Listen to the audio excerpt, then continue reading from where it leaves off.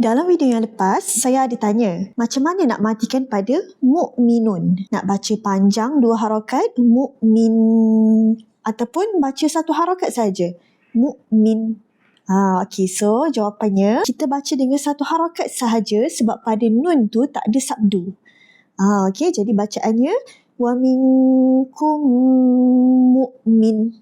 Pendek sahaja. Okey, tapi kalau nun tu ada sabdu, kena baca panjang 2 harakat. Contohnya, hamlahun. Contoh lain, fa'atammahun. Tapi kalau macam ni, dekat huruf lam tu, kita nak matikan dekat al-zillu. Dekat lam tu ada sabdu kan? Nak baca panjang ke pendek?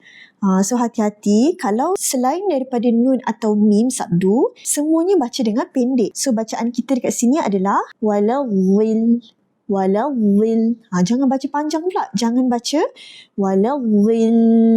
Salah. Okay, jadi ingat 2 huruf ni sahaja, nun sabdu dan juga mim sabdu. Okay, so contoh mim sabdu, summa lanansifannahu fil yam. Okay, baca fil yam, panjang 2 harakat. Salah kalau baca fil yam, fil yam. Itu salah. Okay, saya ada pengumuman sikit. Untuk sempena raya ni, saya nak buat promosi sikit untuk yuran mengaji personal dengan saya 1-to-1. Sebulan ada 4 kali pertemuan. Untuk 5 orang terawal saja akan dapat RM120 sebagai yuran untuk kelas mengaji 1-to-1 dengan saya. Setiap kali khatam 1 juzuk, saya akan bagi e-sijil dan juga dapat hadiah daripada saya. Okay? Jadi bermakna, kalau khatam 30 juzuk, akan dapat 30 sijil daripada saya dan juga 30 hadiah.